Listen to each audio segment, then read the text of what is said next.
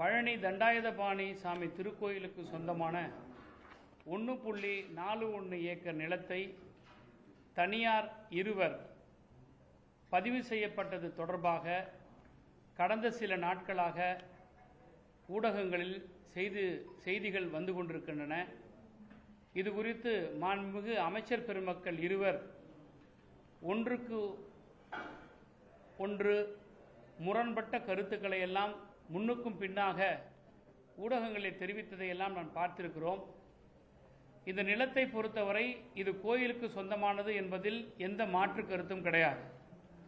கோயில் நிலத்தை பதிவு செய்யக்கூடாது என்று சார் பதிவாளர் அலுவலகத்திற்கு கோயில் நிர்வாக தரப்பில் கடிதம் ஏற்கனவே கொடுக்கப்பட்டிருக்கிறது.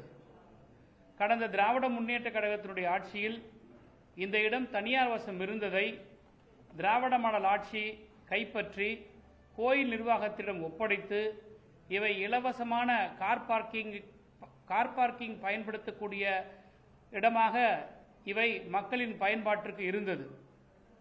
கோயில் கட்டுப்பாட்டில் இருந்த கார் பார்க்கிங் செய்து கொண்டிருந்த நிலத்தை திடீரென தனியார் இருவர் பெயரில் பதிவு செய்யப்பட்டிருப்பது மிகப்பெரிய சந்தேகத்தை ஏற்படுத்துகிறது. இதற்கு பின்னால் ஒரு சதி இருக்கிறது. இந்த பரிவர்த்தனை பார்க்கிற பொழுது பினாமி டிரான்சாக்ஷன் ஏற்பட்டிருக்கிறது என்ற சந்தேகம் பொதுமக்களுக்கு இருக்கிறது. இந்த புள்ளியில் அரசு இதுவரை விளக்கவில்லை. ஒரு அமைச்சர் என்ன சொல்லுகிறார், மாண்புமிகு இந்து சமய அறநிலையத்துறை அமைச்சர் என்ன சொல்லுகிறார், அறியாமையின் காரணமாக அதிகாரிகள் இவற்றை பதிவு செய்திருக்கிறார்கள் என்று சொல்லுகிறார். விசாரணை தொடங்குவதற்கு முன்பு துறையின் அமைச்சர் அறியாமையின் காரணமாக செய்துவிட்டார் என்று அவரே முன்வந்து சொல்லுவது என்பது குற்றவாளியை மறைப்பதற்கு அமைச்சர் துணை போகிறார் என்பது இதன் மூலம் தெள்ளத் தெளிவாக தெரிகிறது. நாங்கள் விசாரிக்கிறோம், விசாரணையில் வரக்கூடிய விஷயங்களை நாங்கள் தெரிவிக்கிறோம் என்பது சொல்லுவதுதான் அமைச்சரினுடைய கடமை. ஆனால் அறியாமையின் காரணமாக பதிவு செய்யப்பட்டிருக்கிறது என்று தானாக முன்வந்து ஊருக்கு முன்னாடி முந்திரிக்கட்டை போல அறநிலையத்துறை அமைச்சர் வந்து இப்படிப்பட்ட ஒரு ஸ்டேட்மெண்ட் கொடுப்பது என்பது குற்றவாளிகளை தப்பிப்பதற்காக இவர்கள் முயற்சி செய்கிறார்கள், குற்றவாளியை காப்பாற்றுகிறார்கள் என்பதுதான் எங்களுடைய குற்றச்சாட்டு, திராவிட முன்னேற்ற கழகத்தினுடைய குற்றச்சாட்டு.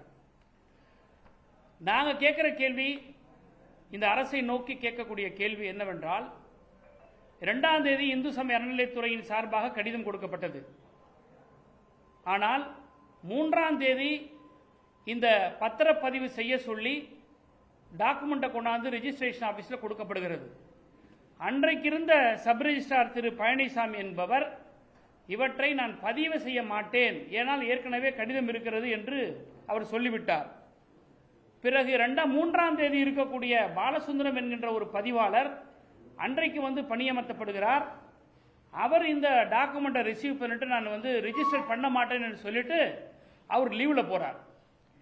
பிறகு 4-5 சனி ஞாயிறு, திங்கட்கிழமை 6ஆம் தேதி, இந்த சீக்வன்ஸை பார்க்கணும். நம்ம 2ஆம் தேதி கடிதம் கொடுக்குறாங்க, 3ஆம் தேதி ஒரு ரிஜிஸ்ட்ரார்கிட்ட வந்து சப்மிட் பண்றாங்க, அந்த ரிஜிஸ்ட்ரார் மறுக்கிறாரு, அவர் விடுமுறையில் போறாரு. 4-5 சனி ஞாயிறு விடுமுறை. 6ஆம் தேதி அன்னைக்கு பழனி சப் ரிஜிஸ்ட்ரார் ஆபீஸ்ல இருக்கக்கூடிய சார் பதிவாளர் அலுவலகத்திற்கு லீவ் போட்டு போயிட்டாங்க. அப்ப இன்சார்ஜ் யாரை கூட்டிட்டு வராங்கன்னா, பழனிக்கு பக்கத்தில் சத்திரப்பட்டின்னு 10 கிலோமீட்டர் இருக்கு, அங்க இருக்கிற ஒரு சப் ரிஜிஸ்ட்ராரை இன்சார்ஜ் கொடுத்துருக்கணும். அப்படி இல்லைன்னா கீரனூர் ஒரு சப் ரிஜிஸ்ட்ரேஷன் ஆஃபீஸ் இருக்கு, அங்க அவங்க கிட்ட இன்சார்ஜ் கொடுத்துருக்கணும்.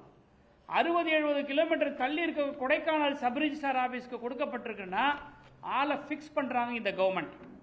அதுவும் கொடைக்கானல் இருக்கக்கூடிய சப் ரிஜிஸ்ட்ரார் பத்திரங்களை பதிவு செய்யக்கூடிய சப் ரிஜிஸ்ட்ரார் அல்ல, TR chit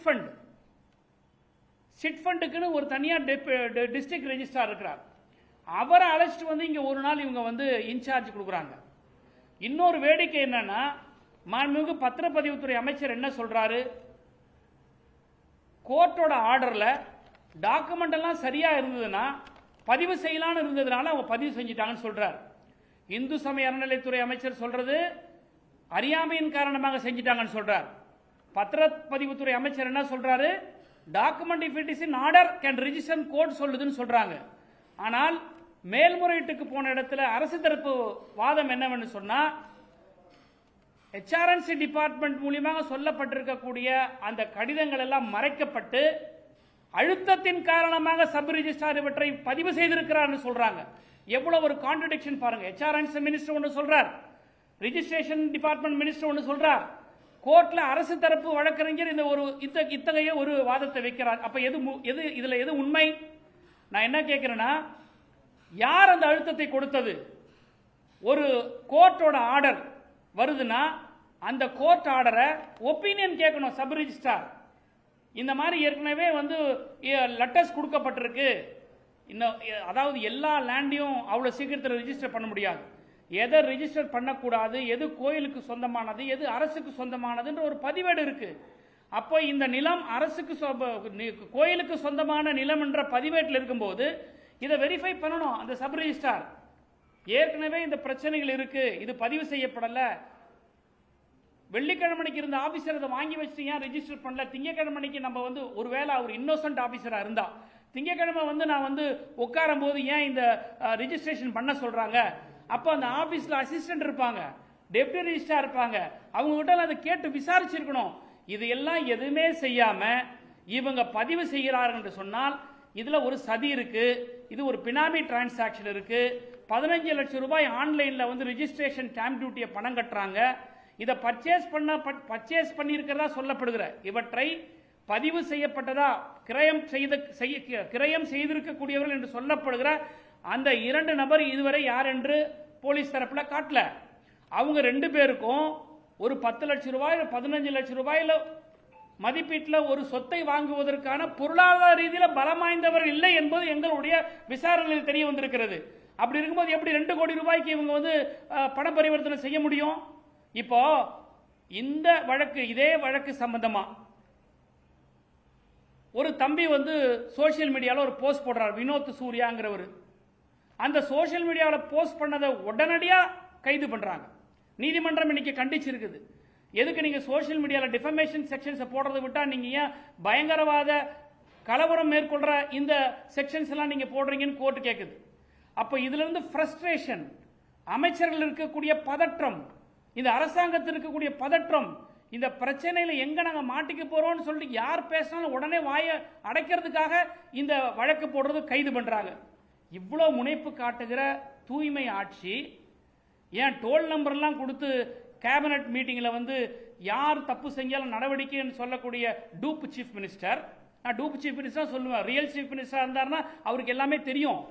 dupe chief minister, இந்த நம்பர்கள்லாம் கொடுக்கக்கூடிய இந்த டூப் சீஃப் மினிஸ்டர் ராத்திரில பாஞ்சு சமூக வலைதளங்கள்ல போஸ்டிங் போட்டவங்களாம் கைது பண்ணக்கூடிய இந்த அரசாங்கம் ஏன் இந்த சப் ரிஜிஸ்ட்ராரை கைது செய்யல? அது மட்டும் இல்ல, இந்த சப் ரிஜிஸ்ட்ரார் என்ன செஞ்சிருக்கணும்? இப்படிப்பட்ட ஒரு தீர்ப்பு வந்ததுன்னா கவர்மெண்ட் பிளேட்டர்ட்ட ஒப்பீனியன் வாங்கிருக்கணும், டிஸ்ட்ரிக்ட் ரெஜிஸ்ட்ரார் கிட்ட கேட்டிருக்கணும். ஏன் டிஸ்ட்ரிக்ட் ரெஜிஸ்ட்ராரை இன்னும் இவங்க அக்யூஸ்டா பிக்ஸ் பண்ணல? இதுக்கு முன்னாடி இருந்த சப் ரிஜிஸ்ட்ரார் ஏன் லீவ்ல போனாரு? அவரை ஏன் இன்னும் இவங்க பிக்ஸ் பண்ணல? இது எல்லாமே ஒரு நரேட்டிவ் செட்டிங் தான். இது எல்லாமே வந்து ஒரு சீக்வன்ஸ் இருக்கு. இதுக்கு பின்னாடி மிகப்பெரிய ஒரு டிரான்சாக்ஷன் இருக்கு. இது ரொம்ப காலமா திராவிட முன்னேற்ற கழக ஆட்சியில வந்து இந்த இடத்தை பாதுகாக்கப்பட்டது. திமுகனாலே இந்துக்களுக்கு எதிராகவும் கோயிலுடைய வழிபாட்டுகளுக்கு எதிராகவும் ஒரு ப்ரொஜெக்ட் பண்ணிக்கிற சமூகத்தில் திராவிட மாடல் ஆட்சியில் நாங்கள் கோயில் நிலத்தை பாதுகாத்தோம். பழனிக்கு மொட்டை போடுவாங்கன்னு தான் நம்மலாம் பார்த்தோம். பழனிக்கே மொட்டை போட்ட ஆட்சி விஜய் ஆட்சி. இன்னைக்கு நாட்டு மக்களுடைய முகத்தில் இன்னைக்கு விபூதி அடிச்சிருக்கிறாங்க. நான் கேட்கக்கூடிய கேள்வி எல்லாம், அதிகாரிகளை காப்பாற்றுவதற்கு இந்த அமைச்சர்கள் முன்வந்து வாலண்டரியா பேட்டி கொடுக்குறாங்க. அறியாமையின் காரணமாக செஞ்சிட்டோன்னு சொல்ல வேண்டிய அவசியம் என்ன? Everything is in order, register பண்ணலான்னு சொல்ல வேண்டிய அவசியம் என்ன? நீதிமன்றத்தில் வந்து வழக்கறிஞர்கள் வந்து மாற்றி பேச வேண்டிய அவசியம் என்ன? இதுக்கு பின்னால் யார் இருக்கிறாங்க? இந்த சதி செயலில் யார் ஈடுபட்டு இருக்கிறாங்க? யாராவது ஒருத்தர் சப் ரிஜிஸ்டர் ஆபீஸ்ல போயிட்டு ஒரு டாக்குமெண்ட்டை கொடுத்துட்டு கோர்ட் ஆர்டரே வச்சிருந்தா கூட, கண்டெம்ட் வரைக்கும் போனா கூட ரிஜிஸ்டர் பண்ணாத டிபார்ட்மெண்ட் எப்படி இதை ரிஜிஸ்டர் பண்ணுது? இதனுடைய உண்மைத்தன்மையை விசாரிக்க வேண்டிய அவசியம் இவங்களுக்கு ஏன் ஏற்படல?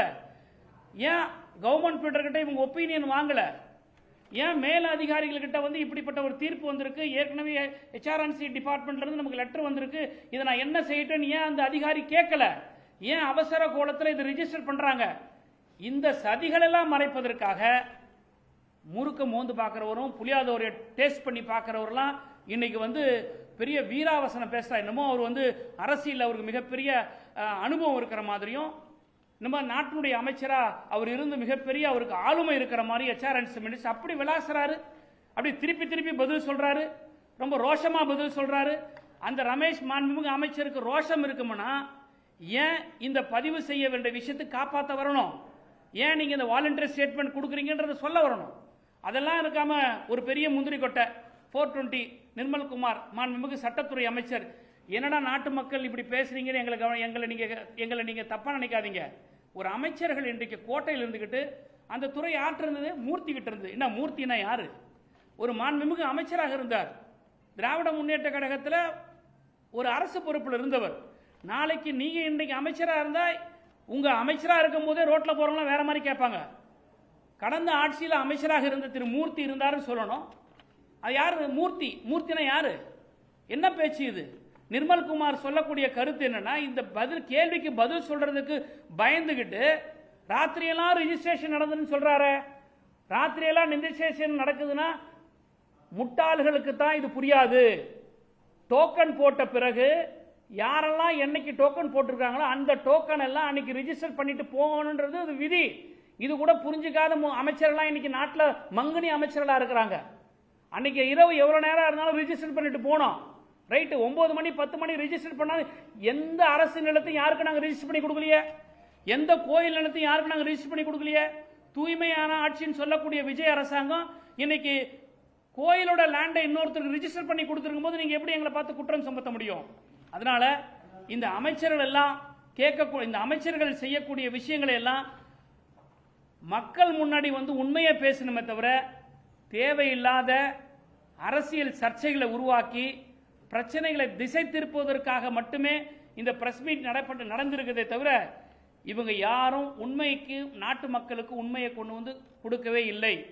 இன்னைக்கு சிபிசிஐடி விசாரிச்சுக்கிட்டு இருக்கு பழனியில். இந்த சிபிசிஐடி என்ன விசாரிக்க முடியும்? இதே காவல்துறை தான். எனவே இதனுடைய போக்கை நாங்கள் கொஞ்ச காலத்துக்கு கவனிப்போம், வாட்ச் பண்ணுவோம், மானிட்டர் பண்ணுவோம். இதில் விசாரணை சரியாக நடைபெறவில்லை என்று சொன்னால் திராவிட முன்னேற்ற கழகம் இது குறித்து நீதிமன்றத்துக்கு செல்வதற்கு தயங்காது.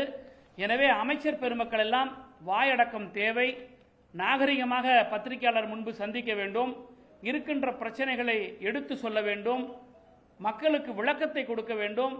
எது செய்தாலும் திராவிட முன்னேற்ற கழகம் என்று எங்கள் மீது அவதூறை பரப்புவீர்களானால் நீங்கள் நாற்றம் அடிப்பீர்கள் என்பது மக்கள் நிச்சயமாக உங்கள் மீது குற்றம் சுமத்துவாங்க. ஆட்டை காணும்னு சொல்லி கம்ப்ளைண்ட் கொடுக்குறோம். அந்த கம்ப்ளைண்ட் கொடுத்த பிறகு ஆடு வந்துருச்சுன்னு சொல்லிட்டு திருடனை விட்டுற கதையாக தான் அந்த மாதிரி இருக்கு. இவங்க என்ன பண்றாங்க? ஜஸ்ட் லைக் தட் லேண்ட் வந்து நாங்கள் மீட்டோம். நீங்களா மீட்டிங்க? Court order மீட்டுச்சு. இந்த அப்பீல் ஏன் நீங்க டிலேவா போனீங்க? இன்னும் சொல்ல போனா HRNC அப்பீல் போகுது, ரிஜிஸ்ட்ரேஷன் டிபார்ட்மெண்ட் அப்பீல் போல. HRNC அதுல பார்ட்டியே இல்ல. ரிஜிஸ்ட்ரேஷன் டிபார்ட்மெண்ட் தான் ஃபர்ஸ்ட் அப்பீல் போயிருக்கணும். என்ன இவங்க சொன்ன இந்த உத்தரவு இது தப்பு, நான் இதை இம்ப்ளிமெண்ட் பண்ண முடியாதுன்னு சொல்லி ரிஜிஸ்ட்ரேஷன் டிபார்ட்மெண்ட் அப்பீல் போனோம். ஆனா HRNC போகுது. இதுல இருந்து எல்லாமே ஒரு முரண்பாடு இருக்கு. இது முறைகேடு இருக்கு. இதற்கு பின்னால் மிகப்பெரிய ஒரு சதி இருக்கு. 10 லட்சம் 15 லட்சம் பெருமான உள்ள சொத்தை வாங்குவதற்கு கூட பொருளாதார ரீதியில் பலமற்றவர்கள் என்று சொல்லப்படுகிற, நாங்கள் விசாரித்தவரை எங்களுக்கு அறியப்படுகிற அந்த இருவர் இன்றைக்கு 2 கோடி ரூபாய்க்கு இந்த சொத்தை வாங்கியிருக்கிறார்கள் சொன்னால் அந்த 2 கோடி ரூபாய் பணம் யாருடைய பணம்? யார் இது பின்னால் இருக்கிறது? ஏன் அமைச்சர்கள் முன்வந்து இவர்களை காப்பாற்ற வேண்டும்? இங்க இருக்கக்கூடிய ஈடி இப்ப எங்க போயிருக்கு? இன்னைக்கு எஃப்ஐஆர்ல இவங்களை 4 பேரே காட்டியிருக்கிறாங்க. இதுவரைக்கும் ஏன் கைது பண்ணல? இரவுகள சமூக வலைதளத்தில் பணியாற்றக்கூடியவங்களெல்லாம் வந்து கைது கூடிய அரசாங்கம் இந்த குற்றவாளி ஏன் கைது பண்ணல? இந்த விஜய் அரசாங்கத்தை பொறுத்த வரைக்கும் சமூக வலைதளங்களில் இவங்க வந்து ஆக்டிவா இருக்காங்க தவிர சமுதாய பணியில இவங்க மயங்கி இருக்கிறாங்க. தயவு செய்து அந்த மயக்கத்திலிருந்து வெளியே வாங்க, நாட்டு மக்களுக்கு பணியாற்றுங்கன்னு மாண்புமிகு அமைச்சர் பெருமக்களையும் இந்த அரசையும் நான் கேட்டுக்கிறேன். திரு விஜய் அவர்கள் வெறும் கோட்டு சூட்டு போட்டுட்டு வந்து நான் வந்து தமிழ்நாட்டில் லஞ்சத்தை ஒழிச்சிட்டேன், 50 நாளில் நான் வந்து வானத்தை வில்லாக்கிட்டேன், வைகுண்டத்தை காட்டிட்டேன்ற சினிமா டைலாக்லாம் தேவையில்லை. உங்கள் முதுகு பின்னாடியே மிகப்பெரிய அளவில் புறையோடி ஊழல் இருக்கிறது. உங்கள் கட்சிக்காரங்க ஊழலாம் ஒரு பக்கம் விடுங்க, அரசுக்குள்ளே இப்படிப்பட்ட ஊழல் இருக்கு. ஏன் முதலமைச்சர் வாய் திறக்கல? அங்கே கன்னியாகுமரி நாகர்கோவிலில் ஒரு பெரிய ஒரு சம்பவம் நடந்திருக்கு. சிறைச்சாலையில் இறந்துருக்கிறாங்க. அது சம்பந்தமா முதலமைச்சர் பதில் வாய் திறக்கல. தமிழ்நாட்டுடைய கடந்த முதலமைச்சர் திமுக ஆட்சியில் ஏதாவது நடந்தா உடனே ஓடி வந்துருவார் ஸ்டேஜ் போட்டு பேசுறதுக்கு. சிஎம் சார்னு. இப்ப whereabouts CM is not known. எங்க இருக்கிறார் முதலமைச்சர் தேட வேண்டும். இதுதான் நாங்க தமிழ்நாட்டு மக்கள் மத்தியில் இருக்கக்கூடிய மிகப்பெரிய கேள்வி. நீங்க சொல்ற அந்த 2 பேர் நாங்க பணம் இல்லாதவர்கள் கண்டுபிடிச்சு சொன்னீங்க. இதுவரையிலும் நீதிமன்றத்துக்கு முன்னாடியோ அல்லது அரசோ இல்ல காவல்துறையோ யார் இந்த இருவர் அவர் பின்புலங்கிறத வெளிப்படுத்தல. நீங்க கண்டுபிடிச்சீங்கன்னா நீங்க அவர் யாருன்னு சொல்ல முடியுமா? இல்ல, அதான் உங்களுக்கு டாக்குமெண்ட் இருக்கு. நாங்க விசாரிச்ச வரைக்கும் சார் சார் நாங்க பேரா இருக்குன்ற ஆளை போய் புடிச்சு கொண்டாந்து கூட முடியும்.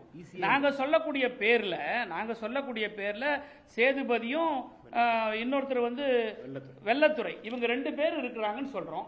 அவங்க 2 பேரும் சேதுபதிங்கிறவர் அந்த கொடைக்கானல் பழனி பகுதியை சேர்ந்தவர். வெள்ளத்துறைங்கிறவர் உடுமலைப்பேட்டை பகுதியை சேர்ந்தவர். அவங்களுக்கு இந்த கெப்பாசிட்டி இல்லைன்றது எங்களுக்கு விசாரணையில் தெரியுது.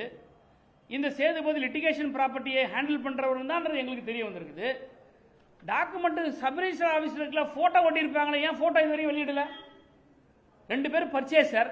நீங்களும் நானும் போய் ப்ராப்பர்ட்டி வாங்கணுமா, ஏன் போட்டோ ஓட்டணும், உங்க போட்டோ ஓட்டணும், சாட்சி கையெழுத்து போட்டோ ஓட்டணும். அந்த போட்டோ இப்ப அவைலபிளா இருக்கா இல்லையா? On the table of the sub register அரசனுடைய கோப்புல இருக்குல்ல, ஏன் அதை வெளியிடல இன்னும்? அப்ப இந்த ஆட்சி, இந்த அதிகாரம், இந்த அமைச்சர் மறைக்கிறாங்க இந்த குற்றவாளிகளை. அதுதான் நான் சொல்றேன். அதுதான் தெரியலையே யாருடைய பினாமி. அந்த பினாமி யாரு?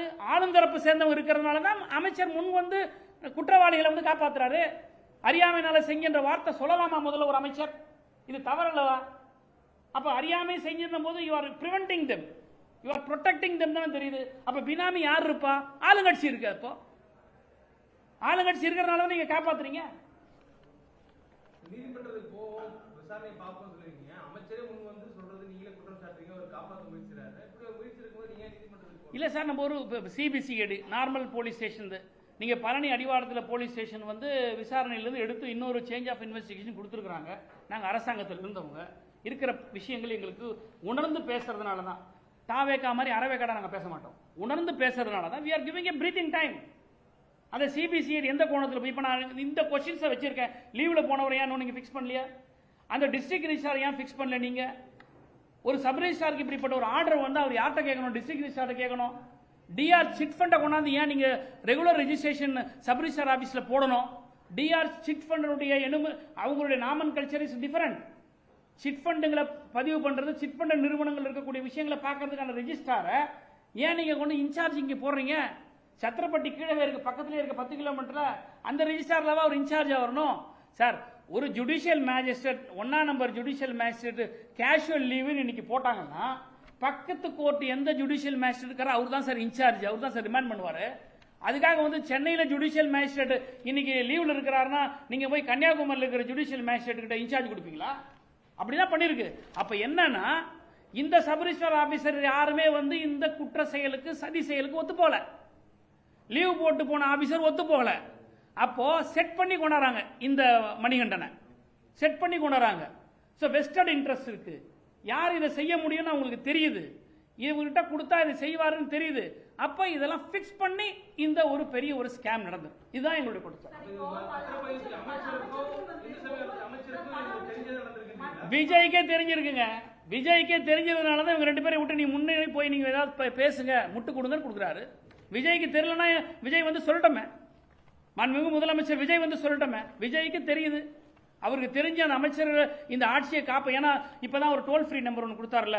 இன்னமும் நாட்டில் புதுசா இவர் தான் வானத்திலிருந்து குதிச்சு director of vigilance anti corruption என்னைக்கு தோன்றல, இப்பதான் அவர் கண்டுபிடிச்சிருக்கிறாரு. அந்த ஒரு டிபார்ட்மெண்ட் இப்பதான் உருவாக்கிறார் முதலமைச்சராகி. ஏங்க செக்ரட்டரியேட்டுக்கே போவாதீங்க இவங்கெல்லாம். சாதாரண காமன் பப்ளிக் செக்ரட்டரியேட்டுக்கு போனாங்களா எல்லா இடத்துலையும் ஒட்டியிருக்கோம். லஞ்சம் வாங்குவது குற்றம், லஞ்சம் கொடுப்பது குற்றம், யாராவது லஞ்சம் கேட்டா இந்த நம்பரை புகார் தெரிவிங்கன்னு கொடுத்துருக்க சார். இதெல்லாம் இதான் சார் புதுசா ஒரு சீஃப் மினிஸ்டர் என்னமோ புடலங்கா கதையெல்லாம் விட்டுட்டு இருக்கிறாங்க இங்க